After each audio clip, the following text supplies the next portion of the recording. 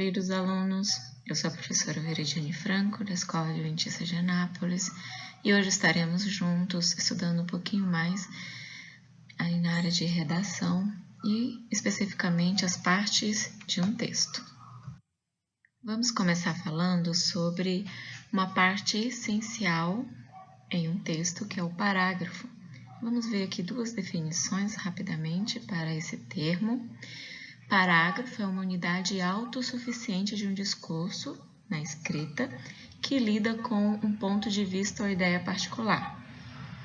A segunda definição diz o seguinte: parágrafo consiste num conjunto de frases coesas que servem para expressar um pensamento ou ideia central no texto. Então, frases coesas, como vocês já estudaram, o que é coesão? São frases bem escritas, sem repetições, são frases claras que todo leitor lê e consegue entender. O símbolo do parágrafo é representado pelo sinal gráfico. Esse aqui, seria como se fosse dois S's, um em cima do outro, que representa a expressão latina signus sections, sinal de corte. Antigamente, este sinal era utilizado para indicar o início de um parágrafo, mas entrou em desuso, sendo substituído pelo espaço. No entanto, o parágrafo continua a ser usado em textos legais. No caso, esse símbolo continua a ser usado em textos legais, como artigos de lei, indicando o desdobramento ou complemento de um artigo. De acordo com as regras da ABNT, que é a Associação Brasileira de Normas Técnicas, os parágrafos devem começar sempre um pouco à frente da margem esquerda da folha. Bom, como se estrutura um parágrafo? Será que tem aí uma sequência, uma fórmula de como se escrever um parágrafo, ou deve ser escrito de qualquer forma? Não, assim como um texto, um parágrafo também tem uma estrutura básica. Vamos ver qual é essa estrutura? A primeira é a introdução. Na introdução é inserido o tópico frasal. Então, o que significa tópico frasal? Seria a ideia central do parágrafo. Seria uma frase curta que resume o que vai ser tratado naquele parágrafo. A segunda parte é o desenvolvimento, que consiste na explicação do tópico frasal. Então, você faz a afirmação, no tópico frasal. Em seguida, você vai explicar, comentar sobre essa afirmação. E aí a gente chama de desenvolvimento, onde você desenvolve a ideia apresentada no tópico frasal, ou na primeira frase, na ideia central. A última parte é chamada de conclusão. É onde é feito o encerramento da ideia apresentada no parágrafo. E é onde se prepara o leitor para a continuação do texto. Então, você vai encerrar a ideia apresentada ali no início e vai dar ali uma pincelada, fazer um link ali para que o leitor possa fazer a continuação da leitura do texto. Leia o texto a seguir. Observe as frases que o compõem e a relação entre elas. Nós leremos aqui um texto que é formado por apenas um parágrafo. E, embora seja formado por apenas um parágrafo, será possível percebermos as três partes que compõem a estrutura de um parágrafo. Vamos lá? Está provado. Os dinos tinham penas. Agora não há mais dúvidas. As aves não foram os únicos bichos que se recobriram de penas durante a evolução.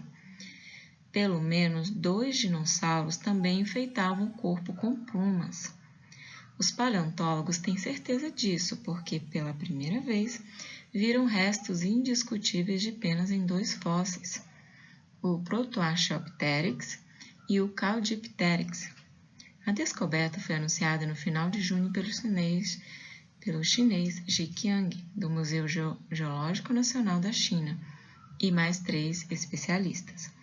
Não quer dizer que os bichos tiveram asas verdadeiras, pois tanto os braços como os dedos eram bem menores que os das aves. Ou seja, os dinos não usavam as penas para voar.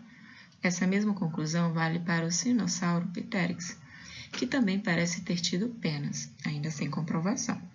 As penas Talvez tenham evoluído como os pelos para proteger do frio, ou podem ter sido uma marca para identificar os animais da mesma espécie.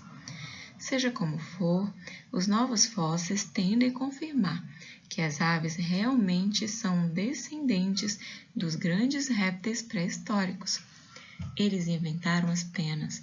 As aves tiraram partido disso para deslizar no ar. Ok, após a leitura do texto, aqui eu separei para vocês, o mesmo texto, fiz uma legenda básica, identificando aqui em rosa a introdução, que é o tópico frasal. Agora não há mais dúvidas, as aves não foram os únicos bichos que se recobriram de penas durante a evolução. Vocês viram que aqui já mostra, qual é o tema que será tratado no texto, vai falar aí sobre as aves, que não foram os únicos bichos que se recobriram de penas. Aqui nós temos aí uma descoberta científica. E em cinza nós temos o desenvolvimento, perceba que ele é a parte maior, do parágrafo, onde vem a explicação, onde vem aí os dados da pesquisa, as informações principais. E em azul nós temos a conclusão. A conclusão também geralmente não é grande, ela é breve, ela é curta. E, relembrando, ela sintetiza o que foi falado no texto, a ideia principal, e já cria um link aí para que continue o próximo parágrafo. Nesse caso não houve um link, porque este já era o último parágrafo do texto. Então, concluindo aquilo que nós já vimos até aqui, como se elabora um parágrafo? Vamos lá. Para iniciar, você vai criar uma frase de introdução. Nessa frase de introdução, você vai lançar a ideia central a ser desenvolvida. Ela é breve e curta. Em seguida, você vai colocar frases de desenvolvimento. Perceba que é a parte maior, por isso está frases no plural. Desenvolvem a ideia da frase inicial. Vai explicar, vai comentar, vai expor. E a última parte, você vai colocar uma frase de conclusão. Você vai concluir as ideias, podendo aparecer ou não, dependendo do parágrafo, tá? Então, nem sempre vai aparecer uma conclusão, dependendo do parágrafo, mas geralmente, 90% das vezes, teremos aí uma conclusão do parágrafo. Leia com atenção o parágrafo abaixo, copie no caderno, destacando cada etapa de construção. Então, essa aqui é uma pequena atividade para você fazer no seu caderno. Você vai pausar o vídeo, copiar o texto no caderno e você vai identificar para mim, em diferentes cores, a frase de introdução ou tópico frasal, as frases de desenvolvimento e a frase de conclusão. Ok? Vamos lá, todo mundo pegando o material, lápis, caneta, pausando o vídeo para fazer esta atividade. Muito bem, agora que vocês já conhecem o parágrafo, um pouquinho mais a fundo, como é constituído, as 3 partes que o constituem, já fizeram atividade. Agora nós iremos para a segunda parte, vamos falar sobre o texto. O que é um texto? Um texto é uma manifestação da linguagem verbal ou oral. Então, seja ele verbal ou oral, será considerado um texto. O texto verbal, assim como o parágrafo, também é dividido em 3 partes. Olha só que legal! Assim como o parágrafo, o texto também tem introdução, tem desenvolvimento e tem conclusão. Na introdução, normalmente apresenta essa ideia principal, a ser discutida no texto, de modo que o leitor saiba de que o texto vai falar, corresponde geralmente a um parágrafo, ou seja, o primeiro parágrafo do texto é a introdução. O segundo parágrafo, então, introduz o desenvolvimento, que é a parte encarregada pelo desdobramento da ideia central. Geralmente, o desenvolvimento é formado por 1 a 3 parágrafos. E a última parte é a conclusão, onde normalmente apresenta uma síntese das ideias anteriormente expostas e com ela, quando se tratar de um texto dissertativo, apresenta uma solução para as questões abordadas no desenvolvimento. Agora nós iremos entrar num outro tipo de assunto, um assunto muito importante, principalmente quando se trata de narrativas, né? Principalmente alunos aí do 6º ano, vocês estão aprendendo, estudando as narrativas e, assim como os elementos da narrativa, os tipos de discurso é muito importante para que vocês possam ler, compreender e produzir também textos narrativos. Então, vamos conhecer agora um pouquinho os tipos de discurso. Se precisar, você pausa o vídeo, copie no caderno, tá bom? Para você ter essas informações, pois são muito importantes. O primeiro tipo de discurso é o discurso direto. No discurso direto, o narrador dá uma pausa na sua narração e passa a citar fielmente a fala do personagem. Então, como você já deve ter percebido, o narrador está contando a história, né? Narrando, e de repente ele pausa e fala assim, João falou. E assim ele reproduz, né, fielmente a fala do João. O objetivo desse tipo de discurso é transmitir autenticidade e espontaneidade. O que é autenticidade? Autêntico, né? Vem de ser ali autêntico, ou seja, que vem da própria pessoa. E espontaneidade. Assim, o narrador se distancia do discurso, ele sai de cena e ele não se responsabiliza pelo que é dito. Pode-se empregar a fala do narrador antes do diálogo.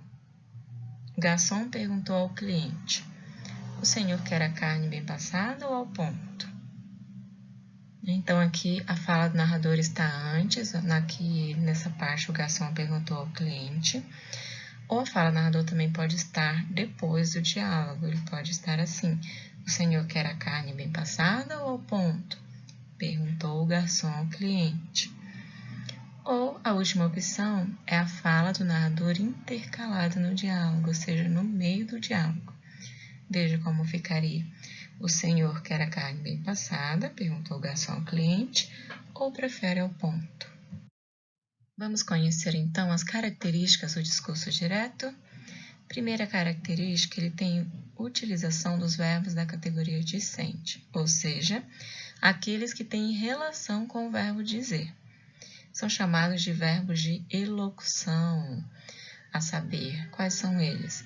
Falar, responder, perguntar, indagar, declarar, exclamar, dentre outros.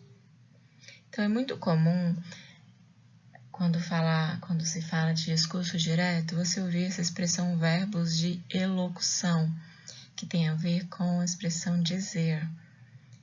Então, é muito comum, né, o narrador para e ele fala assim, João disse, sua mãe respondeu, tal personagem perguntou, indagou seu amigo, declarou o professor, exclamou o menino. Então, é muito comum, né, nós vermos esses tipos de verbos no discurso direto. Tenho certeza que você lembrou de alguma história aí com essa formação aí com desses verbos. A segunda característica é a utilização dos sinais de pontuação. Quais são eles?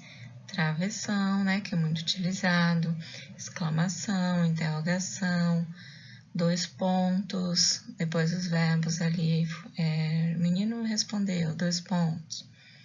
E aspas, né? Hoje também é muito comum a substituição do travessão por aspas. E a terceira característica é a inserção do discurso no meio do texto, não necessariamente numa linha isolada. Então, também é comum o discurso direto estar lá no meio do texto, sem pular a linha. O segundo tipo de discurso é o discurso indireto. No discurso indireto, o narrador da história interfere na fala do personagem, preferindo suas palavras. Aqui não encontramos as próprias palavras da personagem. Exemplo, o garçom perguntou ao cliente se ele queria a carne bem passada ou preferia ao ponto. Vocês viram que aqui não tem 2 pontos, aqui não tem travessão, aqui, e uma outra característica são os verbos aí no passado, né? O garçom perguntou e se ele queria. Enquanto que no discurso direto, os verbos estariam no presente. Quais são as características, então, do discurso indireto? O discurso é narrado em terceira pessoa. Lembram que no discurso direto é a primeira, eu, né? Eu preciso de ajuda. Enquanto que no discurso indireto é ela. Ela disse que precisa de ajuda. Ou ele. Algumas vezes são utilizados os verbos de locução, aqueles que nós vimos no slide anterior. Falar, responder, perguntar, indagar, declarar, exclamar. Contudo, não há utilização no travessão. Lembre que o travessão é marca registrada do discurso direto. Bom, aqui nós vamos entrar numa parte muito importante deste conteúdo, que é a transformação do discurso direto para o indireto e vice-versa. Vocês precisam saber, conhecer e ter domínio dessa parte. Vamos ver pelo menos 2 exemplos de transformação e depois você analise com calma o restante, certo? O primeiro exemplo diz assim: preciso sair por alguns instantes. Perceba que esse enunciado está na primeira pessoa, verbo no presente. Como que ficaria no discurso indireto? Disse, olha aqui nós temos um verbo de locução. Disse que precisava, o preciso está no presente, agora vai para o passado, né, para o pretérito imperfeito do indicativo. Disse que precisava sair por alguns instantes. Essa é a transformação perfeita, né, para essa frase no discurso direto. Segundo exemplo, sou a pessoa com quem falou há pouco, enunciado no presente. Como ficaria no discurso indireto? Disse. Você pode usar também outro verbo, você pode dizer falou, né? Mencionou, afirmou, você pode usar qualquer um outro verbo que encaixe aqui. Disse que era a pessoa, transformou o sou para era, né? Do presente para o pretérito. Disse que era a pessoa com quem tinha falado há pouco. Então, veja só como ficou aí a correspondência. É muito importante que essa correspondência seja feita adequadamente. O terceiro e último tipo de discurso é o discurso indireto livre. Nele, há uma fusão dos tipos de discurso, o direto e o indireto, ou seja, há intervenções do narrador, bem como da fala dos personagens. Não existem marcas que mostrem a mudança do discurso. Por isso, as falas dos personagens e do narrador, que é aquele que sabe tudo o que se passa no pensamento dos personagens, podem ser confundidas. Então, como estamos acostumados com o discurso livre, que nos sinaliza quando vai haver a mudança de falas, né, entre narrador e personagem, nesse discurso nós não seremos sinalizados. Teremos que ler uma, ler duas, ler 3 vezes para descobrir onde está a fala do narrador e a fala do personagem.